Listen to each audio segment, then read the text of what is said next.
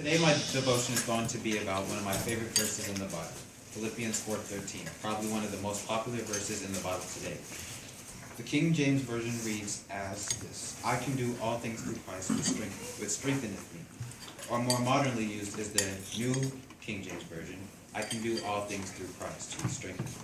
Now this is from BibleGate. I didn't bring my Bible, so this is a good resource. I hope you guys trust me. That's what it says. What I want to do is really break down the true meaning of this verse, and since we are in a debate club, I think it's only right if at the end I tie the verse into debate. Okay, so the verse says, I can do all things through Christ. What does that really mean? Some of you guys may have seen the verse on some type of wristband, or maybe some type of sports poster, but in order to truly understand the verse, we have to look at it in its proper context. Most people have interpreted the verse as you can do anything you set your mind to because of Jesus our God, which in a way I still believe, but that's not what this verse in particular is actually saying. Philippians is one of the prison epistles, which means it was written during one of the many times Paul was in jail.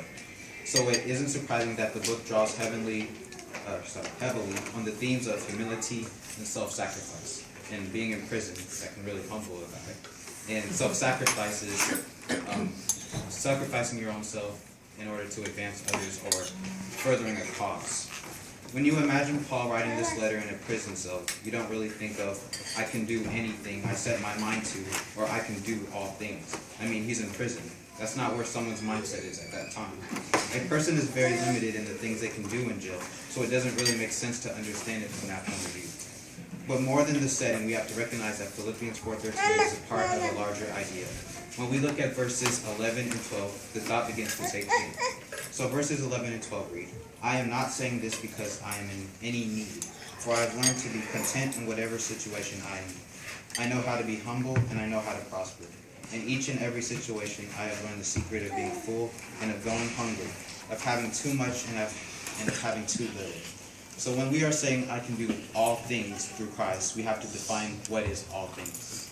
All things is either him doing really, really well, so he's faithful, or him suffering for the sake of the gospel, still being faithful and joyful in the process. Paul isn't telling Christians that they should dream bigger dreams. He is reminding them that they can endure the crushing feeling of defeat if those dreams aren't realized.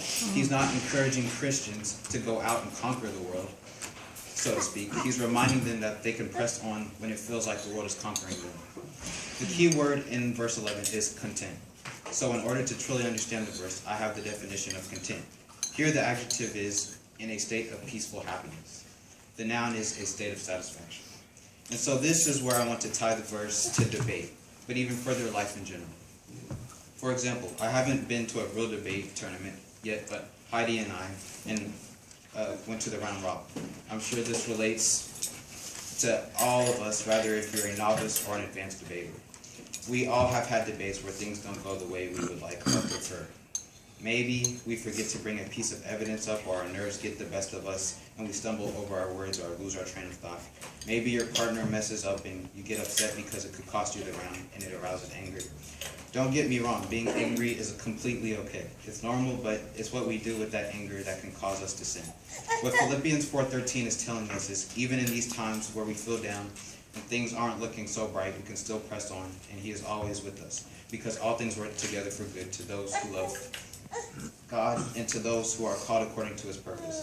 And that's where the state of peaceful happiness and the state of satisfaction should come from. Us knowing that God has our back in all things as long as we keep our trust in him. So in conclusion, if you only got one thing out of this, I want you to know that Philippians 4:13 teaches that God is a sustainer even when life feels unsustainable.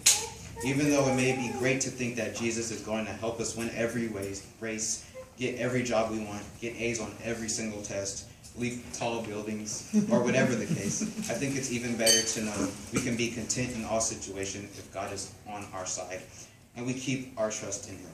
All right, let's close. Amen. Dear Lord, thank you for this.